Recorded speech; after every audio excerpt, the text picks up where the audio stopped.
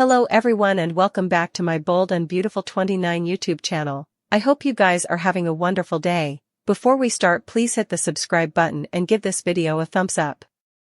At Forrester, Brooke, Ridge and Hope watch models on the runway. Brooke is forced to tell Hope that nothing is grabbing her. Ridge agrees, she needs commodity fresh. Hope explains that she's looked at contrivers' portfolios, she's looking forward to their input. After a quick recap on Luna, Hope worries her pater.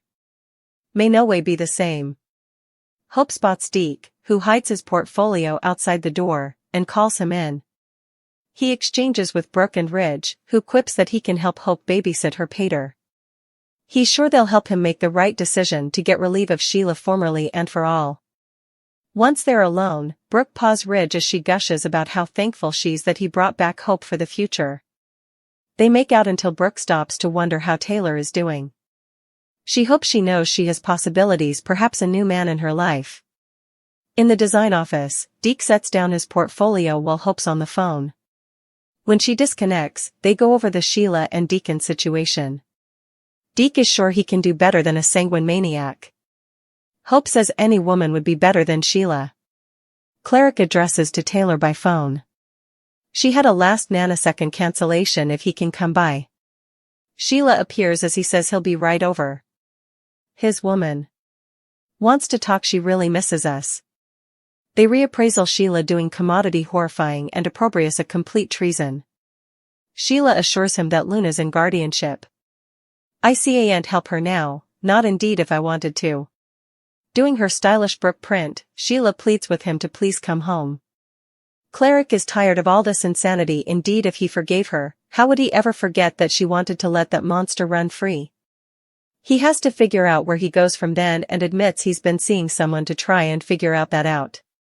Sheila frowns. Professionally? She asks who it is. Deacon says he's been seeing Taylor. Sheila's sure the world-renowned psychiatrist will bring him back to her where he belongs. Cleric arrives at Taylor's office and leaves the door ajar as they sit down. He admits he's floundering. Has he been naive this whole time, allowing that Sheila has changed? He needs to figure out his future and whether Sheila will be a part of it. Taylor offers to recommend a co-worker who's not so nearly tied, but Cleric likes that she knows the whole backstory. Taylor needs to understand the love he has for her.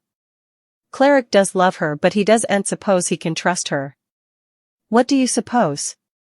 Do I end my marriage with Sheila? Taylor counsels that the answer has to come from within him. Deacon fears that Sheila will go back to the dark side. Sheila arrives outside the door and eavesdrops as Deacon pleads with Taylor to tell him what to do. She muses that change is possible. He adds, but with someone like Sheila, it's not likely. Taylor reiterates that the decision to end his marriage must come from him. Cleric appreciates being suitable to talk this through with someone so intelligent and beautiful. Sheila's expression darkens as Deacon goes on about Ridge being in Burrow for what he did to Taylor, and she pays him respects in return. Turning on the charm, Cleric says he forgot what it's like to look into the eyes of a woman who's honest and pure. They wrap up within grasp as Sheila glowers. Luna is induced that she's pregnant with Will's child. Still, no bone can trust her since she's not a dependable verity teller. She has changed the results of important tests in the history. Bill flashed back when she conned him into allowing he was her natural father. He'd her take several gestation tests, but all of them showed that she was pregnant. Now, Bridget was transferred in to administer the maternity test to ensure the results were legal. Luna couldn't con her way out of this situation. Eventually, Bill and Katie assured they had the upper hand in this. They're not going to have her bend to their ways and manipulate their son. It would be hard to believe since she literally came back from the dead. It's just as hard to believe that she was suitable to get pregnant since she got shot in the stomach just months ago. This alone could help her from carrying her baby to full term. So, Katie, Bill, and Will might get the answer to their prayers. But in the meantime, Luna could be right about being pregnant with Will's child. She's delusional about her situation involving Will, but this is the one thing she could be right about. Ridge and Taylor showed up at Bill Spencer's manse to raise hell. They didn't understand why a killer was living large and in charge. Luna wanted Bill to cover her. Bill claimed they're staying on a maternity test. Ridge told Bill that they're not staying on anything. She should be in jail, baby or not. They weren't the only bones. Who showed up there? Finn also had a bone to pick with Bill. He reminded his natural son that she committed heinous crimes. Finn didn't understand why Bill and Katie were pampering her. Still, Luna claims she's a different person now. She's a mama who has to look out for her future child. But Katie's not induced. She advised Luna that her gestation wasn't going to save her. She just demanded to walk down from this situation. Katie assured Ridge and Taylor that they demanded to give them further time to get the maternity test. While they felt it was too parlous, they allowed them further time. Finn, Ridge, and Taylor bandied Steffi and the kiddies. That's their utmost precedence keeping them safe. Taylor doesn't understand why Luna is manipulating Will's family. That's not the case for Finn. He informed them that they need to keep Luna down from their family. This stunner is putting Finn at a crossroads. He wondered how he'd partake this news with his woman. Finn still felt dizzy after Luna showed up at his office. Taylor and Ridge assured Finn that they would keep his family safe. Ridge will handle Luna. The discussion shifted to Steffi's peace of mind. The reason she left Los Angeles was to concentrate on her internal health. Finn wondered whether he should tell her formally or stay until she returns home.